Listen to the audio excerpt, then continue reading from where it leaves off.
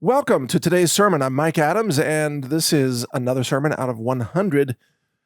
And today we're going to be covering an Old Testament book, the book of Numbers, beginning with chapter 11, and we will apply this to exactly what's happening today.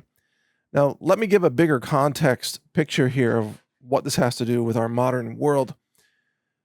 A lot of things are going crazy in our world, and there are a lot of people who are on a journey, even refugees, and some people fleeing cities in the United States or Europe, other people fleeing oppression in various countries around the world, and some of those people attempting to come to the United States.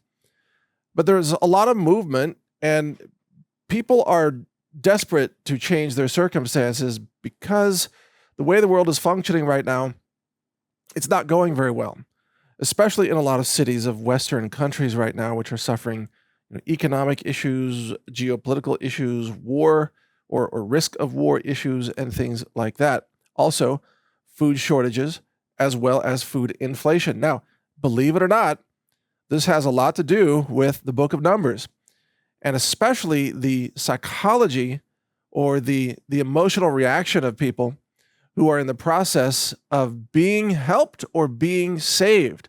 And as you know, Moses is leading the people after they had been freed and escaped from Egypt. And then the Lord gave them the covenant at Mount Sinai, and they are now leaving Mount Sinai and heading out on their journey to what they hope will be the promised land. And Moses is guiding them, and Moses is talking with the Lord throughout this process.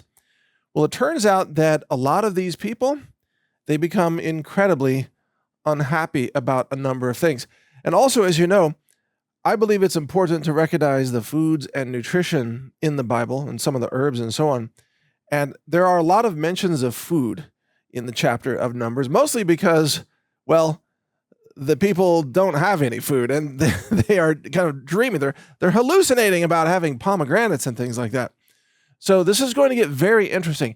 And what this has to do with today is, have you ever attempted to provide assistance to somebody who is suffering through some of the very difficult times of today? And have you ever had them say, "No, stop helping me. I would prefer to go back to the old way"? Because that's exactly what happened to Moses along this journey. And we're also going to learn something about the old school God, the wrath of God, and shall we say instant karma. That's kind of a common modern day term, but yes, it existed back in Numbers.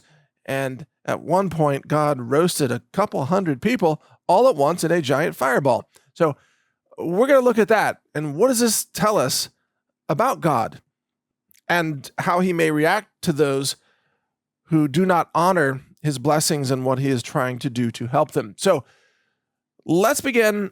Numbers chapter 11, the very first verse.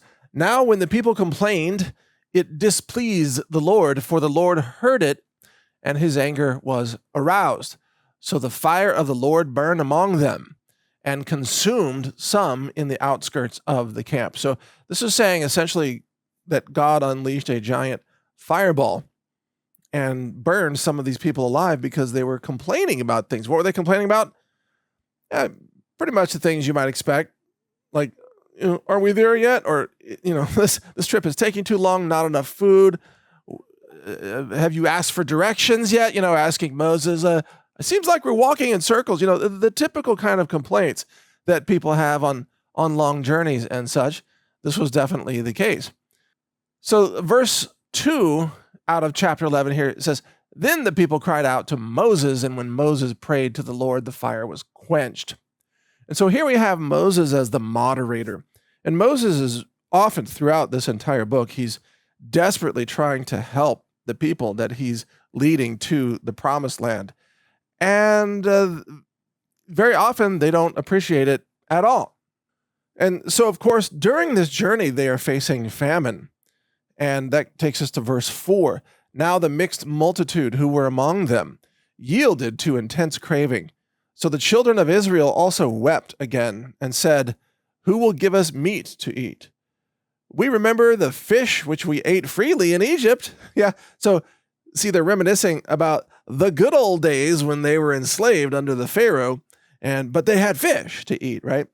And they say the cucumbers, the melons, the leeks, the onions, and the garlic. You can just imagine them drooling all over themselves in the desert. But now our whole being is dried up. There's nothing at all except this manna before our eyes. So they're disgusted with the manna, and you can imagine them just like throwing down the manna. You don't want manna, And verse 7 tells us what manna is, by the way. Now the manna was like coriander seed, which is pretty pungent, by the way, but also medicinal. And its color like the color of bdellium. And by the way, that term bdellium, if you look it up, it says that bdellium is, quote, an odoriferous exudation from a tree. Oh, joy, right? That's exactly what we wanted, is unlimited supplies of a food that is basically an odoriferous exudation from a tree. Okay, great. So they weren't very happy about the manna. From verse 8, it says the people went about and gathered it. They ground it on millstones or beat it in the mortar, cooked it in pans, and made cakes of it. And its taste was like the taste of pastry prepared with oil. And when the dew fell on the camp in the night, the manna fell on it as well. So this was literally manna falling from the sky. It was some kind of oily seed that apparently had enough natural oils in it, enough lipids to be highly nutritious, and probably had some, strong phytonutrients in it.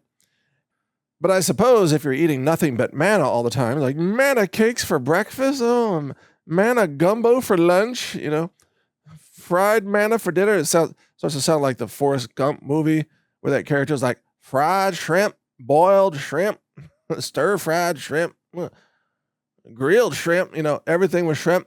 Well, for a long time on this journey, everything was manna. And so they just kept complaining, and Moses basically asked the Lord, like, why have you put me in this position where everybody's complaining to me? He says, actually in verse 11 of chapter 11, so Moses said to the Lord, why have you afflicted your servant, speaking about himself, and why have I not found favor in your sight, that you have laid the burden of all these people on me? Did I conceive all these people? Did I beget them, that you should say to me, carry them in your bosom as a guardian carries a nursing child to the land which you swore to their fathers? I mean, basically Moses is getting persnickety with the Lord here. Like these aren't my sons. Why do I have to take care of all these people? They complain a lot and they stank. Or no, he didn't exactly say that, but you can imagine that. And he even says, I am not able to bear all these people alone because the burden is too heavy for me. And verse 15, if you treat me like this, please kill me here and now. I mean, almost like modern language, right? If you're going to do that, just kill me. Moses said that. Please kill me here and now if I have found favor in your sight, and do not let me see my wretchedness. All right. So this is a very important thing to understand. Moses was in a tough spot. Now, the reason I bring all of this up is because of preparedness. Now, you may be trying to help people. You may be trying to lead people to information, metaphorically trying to take them to the promised land of awakening or truth, or having the cobwebs removed from their minds or their eyes so that they can see what's actually happening in the world. And should you take on that burden, there will be many people who will complain along the way. And they will tend to want to go back to the more comfortable world that they knew before, which in the case of the Israelites and the Levites and all the people here, that was the familiarity of Egypt, where they were mostly enslaved. But at least it was predictable. And at least they got to eat different types of food, something other than manna.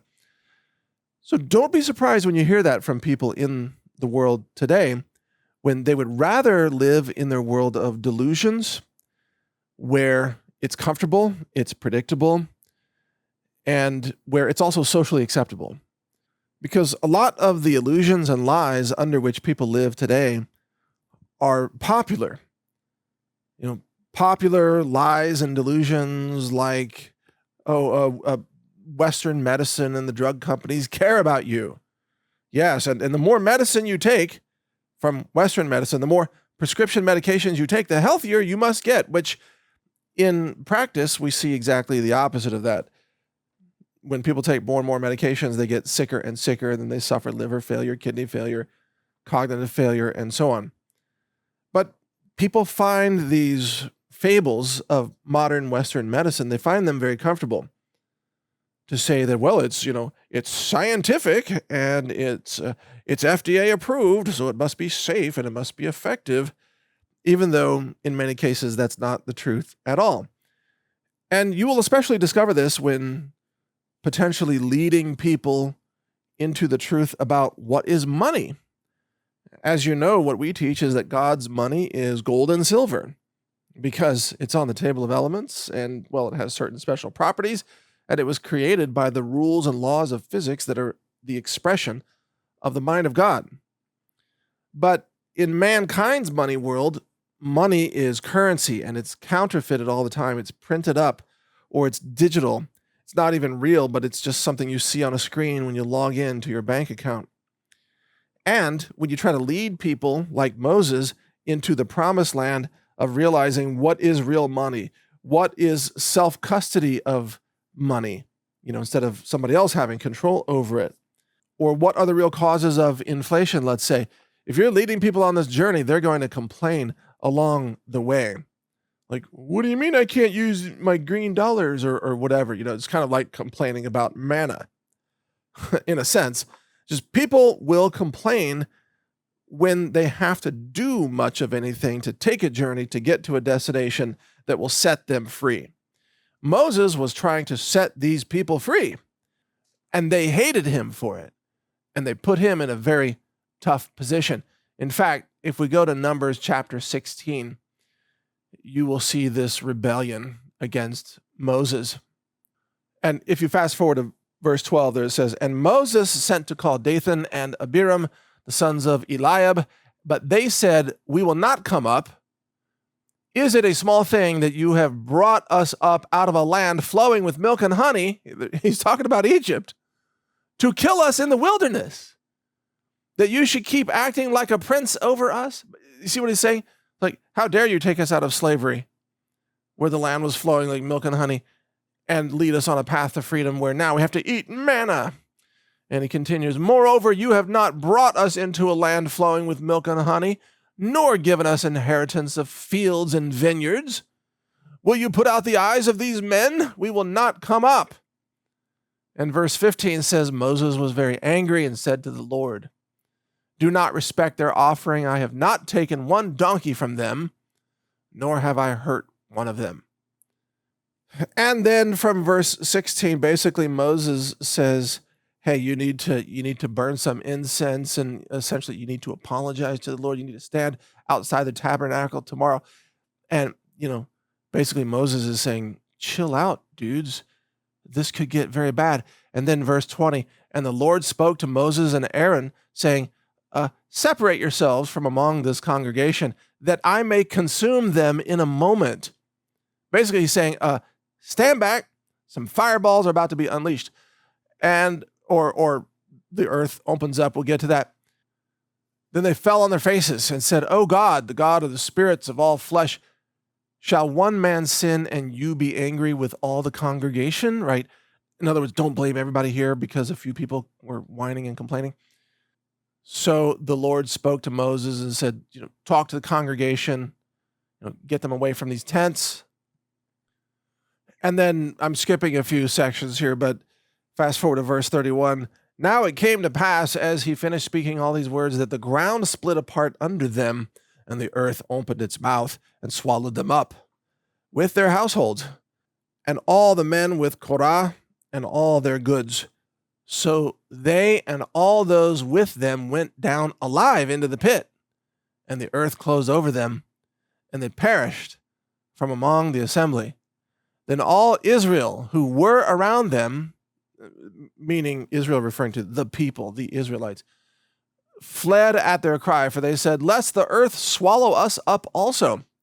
And check this out, verse 35. And a fire came out from the Lord and consumed the 250 men who were offering incense.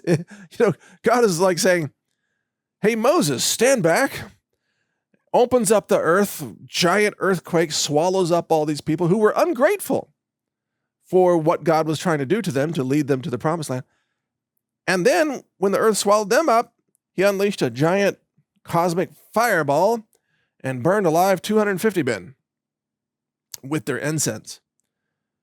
And then the Lord speaks to Moses and says, basically, like, scatter their ashes, etc. And then verse 41, on the next day, all the congregation of the children of Israel complained against Moses and Aaron, saying, you have killed the people of the Lord. So Moses just can't get a break here, you see. And this can happen to you in times of trying to help people with preparedness. For example, maybe you're trying to help someone grow a garden, to learn to be more self-reliant with food. And so maybe you share seeds with them and you encourage them, start a garden this year, start a garden. And maybe they do. And then for whatever reason, maybe it's their first time doing it, or they don't have a good irrigation system, or the quality of their water is bad, or their soils are horrible, who knows? Or they have, squirrels and chipmunks or whatever else come in and rabbits eat all the garden. Whatever the case may be, the garden fails. And then this person turns to you and says something like, see, why did you make me waste my time growing a garden? It was all for naught. Yes, I'm talking as if mocking them like a child, because that's the way some people act. And you're thinking, in this case, you're kind of like Moses.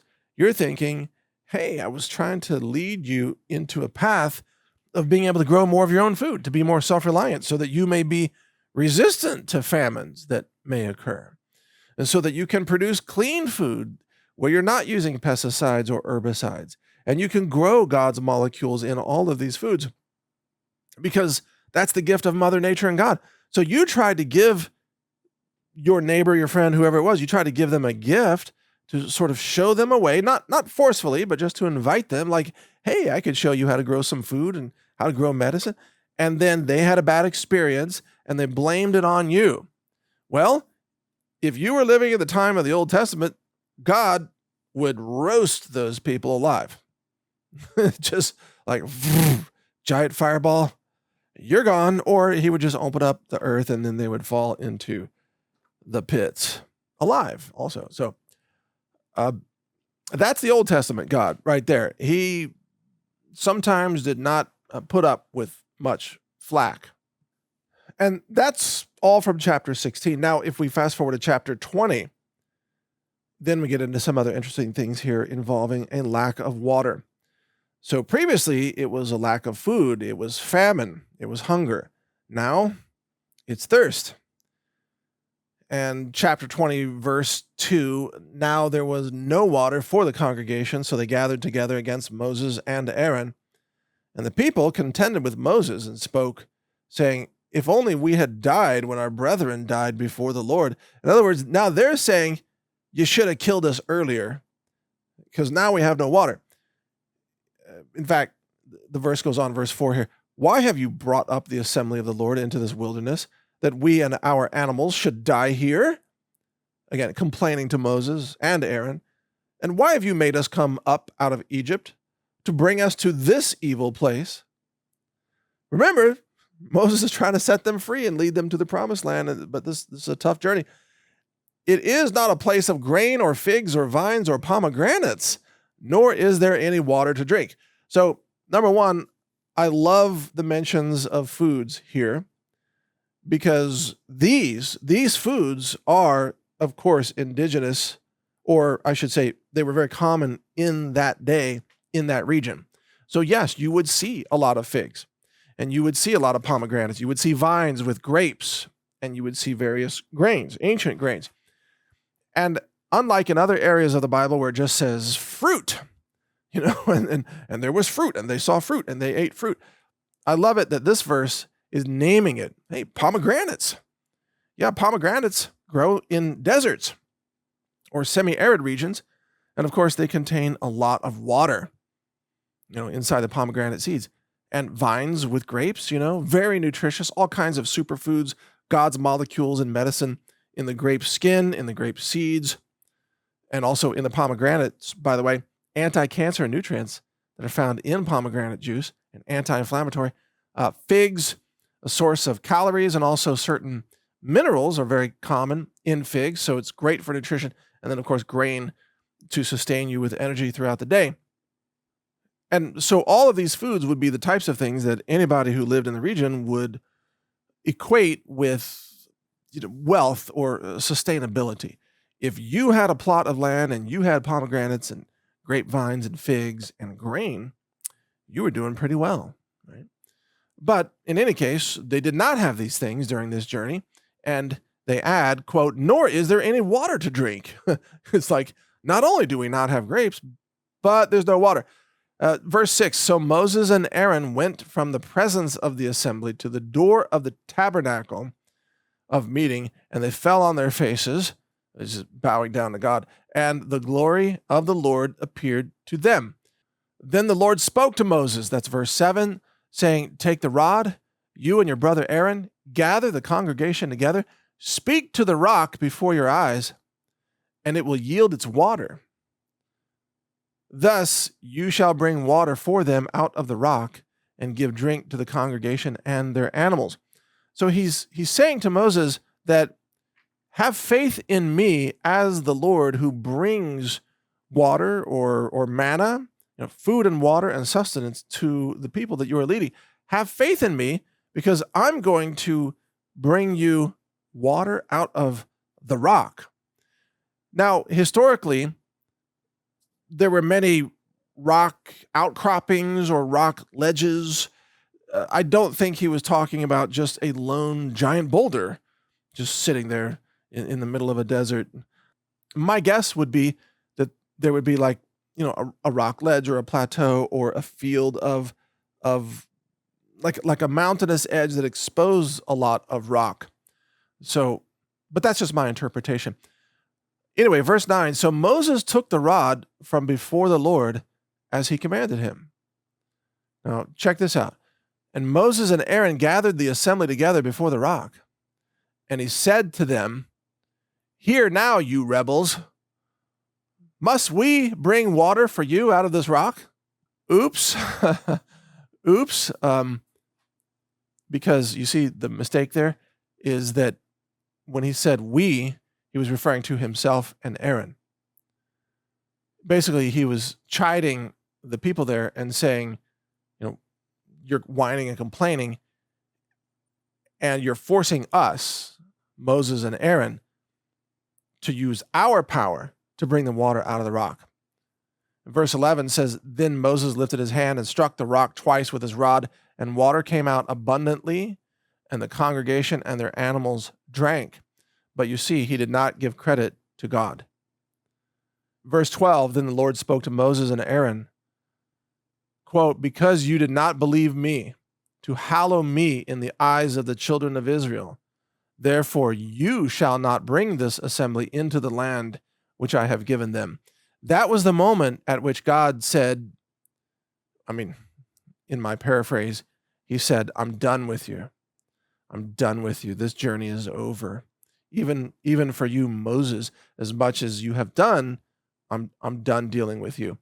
And in essence, God left that generation, to wander the deserts, and that generation would never see the promised land. Only their children would. And Moses would not see the promised land either. He would die essentially in the wilderness. Now, of course, I am simplifying this explanation. I encourage you to read the chapter yourself. It's very interesting. But some of the things that I find most interesting about reading the Bible now intensely, these books with fresh eyes, having lived through all the things that I've been through, the censorship and the persecution and the blacklisting and the attacks which now characterize anybody who is a person of faith these days, who is an influencer or who has any kind of following, if you're one of those people, you are going to be attacked and you're going to be accused of all kinds of things, even for saying, for example, that you oppose genital mutilations of children. You will be attacked for that. So all of us who dare to stand in faith and stand for children or stand for women for that matter, to say things like, well, we don't think it's right for women to be beat up in sporting events by biological males who are pretending to be women. If you say that, you will be called hateful and intolerant, and you will be persecuted in various ways in modern society. But part of the lesson in all of this is that you must persevere because your obedience belongs with God, not with the satanic influences of our modern society. And also, you must not be weak where you just complain along the way. This is a journey. This is going to be a tough journey. And just like the journey of all the Israelites in this book, the book of Numbers, our journey together, the one that you and I are going through, will be characterized by famine. It will be characterized by thirst. It will be characterized by unhappiness and the wrath of God. And doesn't it beg the question that if God did this to those people simply because they complained, I mean, he burned them alive. He opened up the earth and caused them to drop to their death.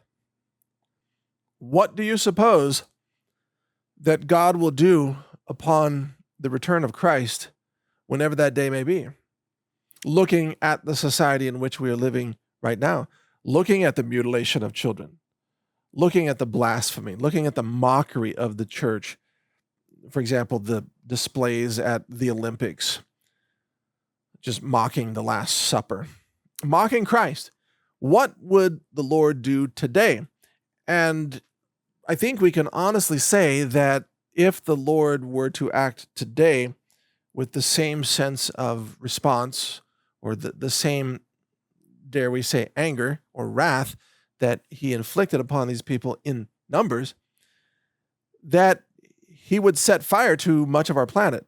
He would burn out much of the human population, or certainly many of the cities, the most sinful cities, of course, where there are abortions, even after birth or post-birth abortions, where children are murdered after they're born, and where many other sins are taking place, including sins of sexual perversion and sodomy and so on, which are mentioned, obviously in other sections of the Bible. We covered some of that previously from Paul the Apostle, writing about all the horrible things that you shall not do. So the message is very clear. If Christ returns and this wrath of the Lord is revisited upon us, then a great many current modern day human beings will be incinerated. I mean, that seems to be the correct word for what we just read in the book of Numbers, that they would just be incinerated. The Lord even told Moses, stand back. There's going to be a roasting, right? At least he gave Moses a warning. But then when Moses forgot to give God credit for the miracle of the water coming out of the rock, God was so angered with Moses that he said, I've had enough. You shall not lead these people to the promised land, and none of these people shall reach the promised land. So what does that tell you? That you can't have just partial faith in God. You can't just say, oh, I'll believe God as long as it's easy, right? You need to follow through when it's difficult. That the journey requires you to get to the end point. You can't just go halfway and then lose faith and then start blaming God and start saying, just kill me, because he might actually, he might just do that. He's done it before many, many times. So once you decide to take that journey in faith, for God to lead you to the promised land, I'm putting that in air quotes because it can also be a metaphor for whatever is happening in our modern era. The promised land in the modern world might be a new nation of freedom and liberty without tyranny and authoritarianism, for example. Or Perhaps you're dealing with trying to get out of a city and you want to move to a rural area to be safer, to grow more of your own food. So, in your life, in your point of view, the promised land for you might simply be a 10-acre ranch that's 50 miles outside of the city.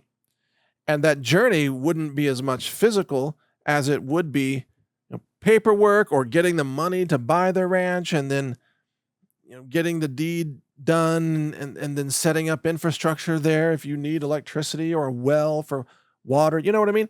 It's a different kind of journey. But if you're halfway there and things aren't going very well, don't curse God, because faith is required all the way through.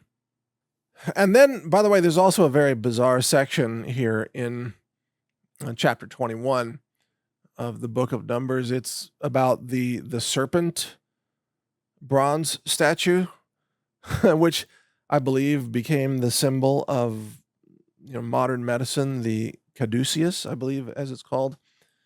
But just to read you that, it's a very bizarre section. I'm not yet entirely sure how to interpret this. But from verse 4, from chapter 21, then they journeyed from Mount Hor by the way of the Red Sea to go around the land of Edom, and the soul of the people became very discouraged on the way, and the people spoke against God and against Moses. Why have you brought us up out of Egypt to die in the wilderness? You notice they keep asking the same question, right? For there is no food and no water, and our soul loathes this worthless bread. Again, complaining about the manna. It's like, we've had manna for breakfast again for 500 days. So the Lord, get this, so the Lord sent fiery serpents among the people. Whoa, like flaming lizard creatures. And they bit the people, and many of the people of Israel died. And then verse 7, this is interesting. This is where it gets weird. Therefore, the people came to Moses and said, we have sinned, for we have spoken against the Lord and against you. Pray to the Lord that he take away the serpents from us. So Moses prayed for the people. Now, you notice that these people, think about the series of events here. Complaining. Too much manna, so tired of manna. Where's the food? Where's the water? Where's the buffet? Lord, give us the buffet.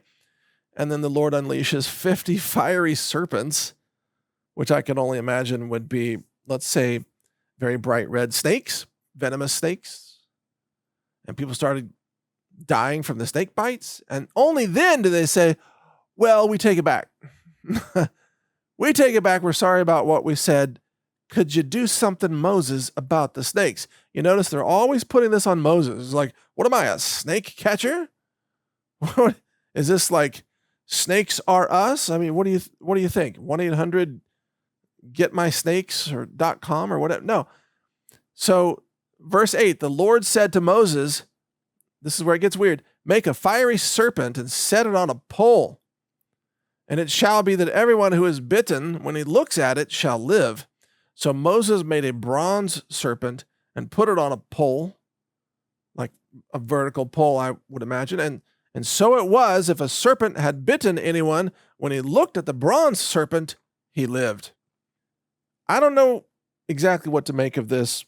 I'll have to revisit this later after some additional study and interpretation of the symbol of the serpent on the pole, which again, I believe became the caduceus symbol that is now, right now, if you go to the American Medical Association website, you will find the intertwining serpents. It's two serpents intertwined around a pole in the shape of chromosomes of human genetic code, right? Very interesting. But of course, the American Medical Association is, in my view, a satanic death advocacy organization that pushes Satan's injections, mRNA vaccines, or so-called vaccines, for example, and other toxic, deathly substances that harm and kill people, which means that the Western medical system has perverted this symbol that God had Moses erect in order to eliminate poison. And don't you find it interesting that so much of Western medicine, not only has it perverted the symbols of God, but it relies on the venom of serpents as molecules for medicine. And I covered that in a previous sermon as well, because these special toxic proteins known as venom peptides are used throughout prescription pharmaceuticals. They're used in pesticides in the agriculture industry, and they're also used as cosmetics and personal care product ingredients. So these snake venoms have now infested food and medicine and personal care products. So that there is also a perversion of what God was doing. God was removing the toxicity of the venom peptides, whereas what Western medicine does today is it expands or exploits or distributes those venom peptides in order to harm people. And as you may know, one of the most popular weight loss drugs in our modern society is based on venom peptides from the Gila monster reptile. And if you inject yourself with this drug, it's kind of like being bitten by a snake. The syringe is like the fangs, and you have to inject yourself once a week. And the venom peptides paralyze your vagus nerve, which causes your body to not be able to empty your stomach or to digest food properly. And so then people eat less and they lose weight. So yes, if you are injected with venom peptides from a reptilian monster, literally a Gila monster, then it can cause you to lose weight. But that doesn't mean that God wants you to do it that way.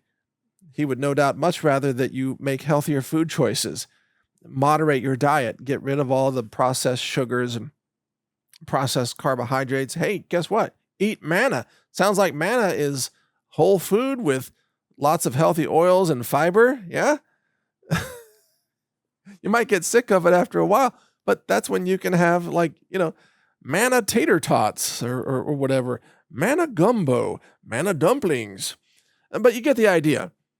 If you eat healthy foods, then you're going to be in better balance with your overall weight goals, and you don't have to rely on toxic, destructive, venomous peptides in order to sort of artificially poison your body into a state of being unable to digest food.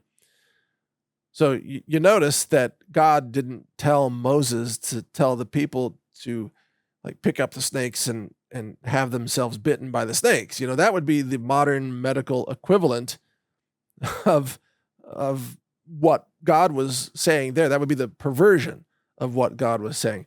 Instead, God had a symbol that somehow cured people of venom toxicity, which would have to be considered a miracle. So the bottom line in all of this, and I understand that the language in Numbers being in the Old Testament is difficult. And it's also difficult for a lot of people to wrap their heads around the actions of God here, the vengeance of God, the burning alive of hundreds of people, the swallowing up of people in the earth. But recognize, I've said repeatedly that God works his powers through earth and through natural phenomena and sometimes natural disasters. So sometimes when the earth opens up, it's not just a normal earthquake. Sometimes that's the will of God. Sometimes when there's a great fire that appears to come out of nowhere, sometimes that's the will of God. I'm not claiming, obviously, that every wildfire is something that God wants to happen.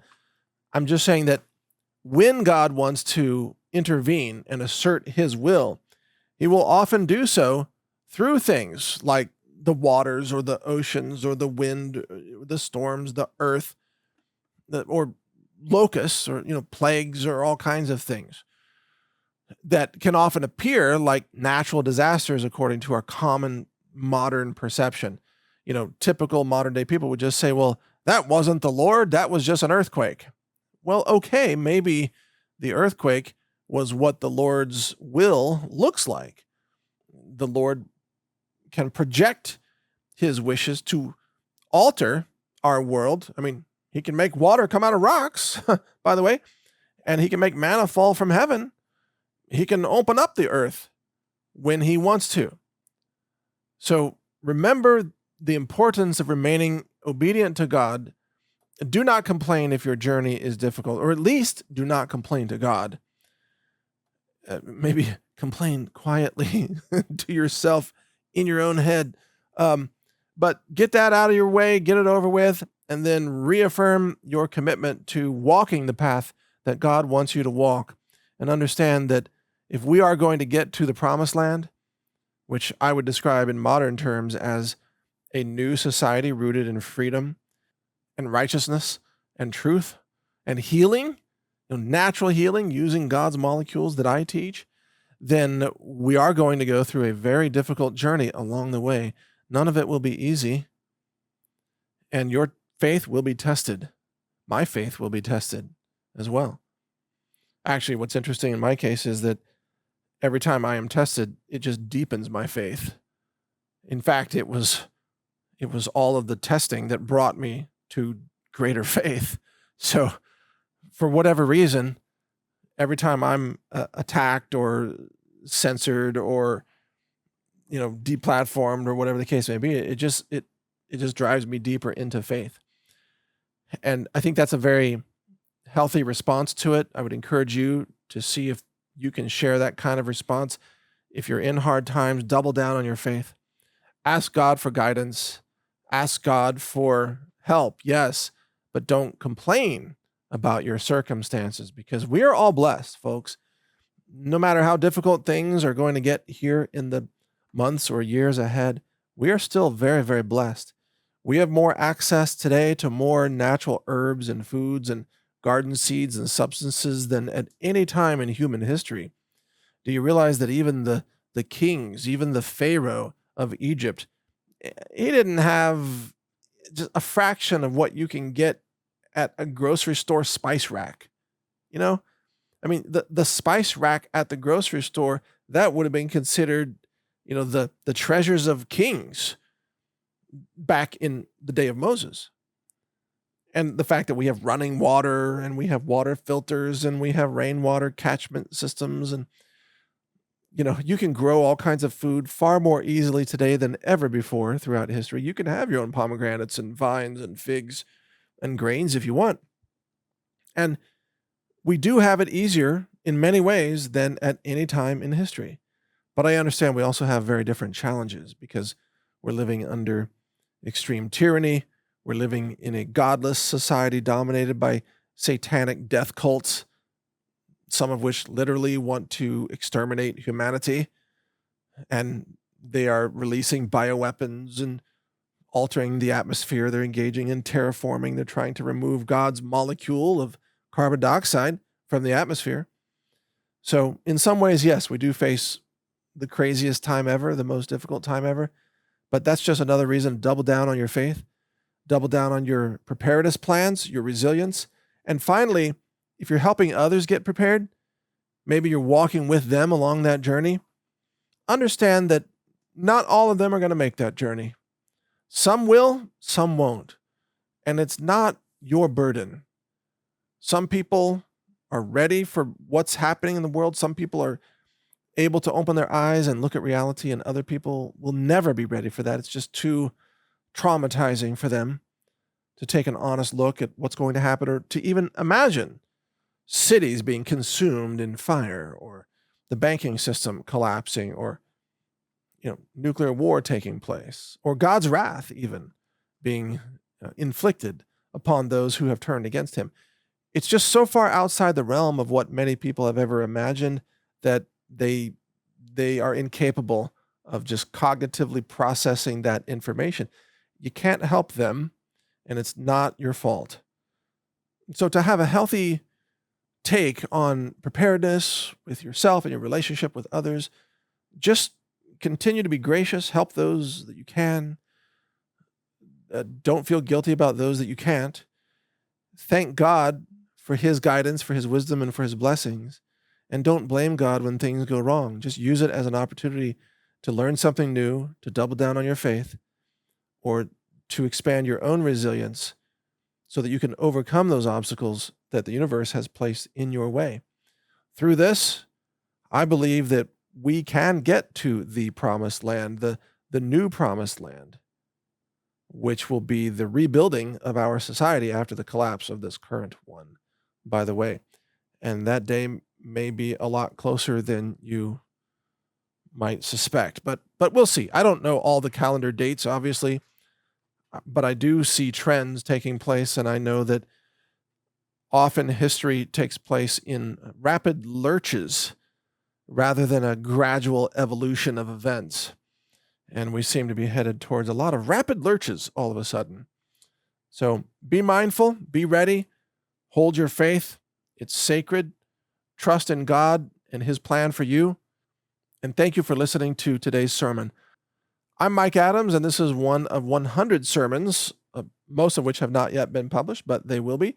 So be sure to check out all the sermons. We covered New Testament, Old Testament, some of the wisdom and lessons from the Bible, and also specific foods, superfoods, and herbs of the Bible, which contain phytonutrients that I call God's molecules.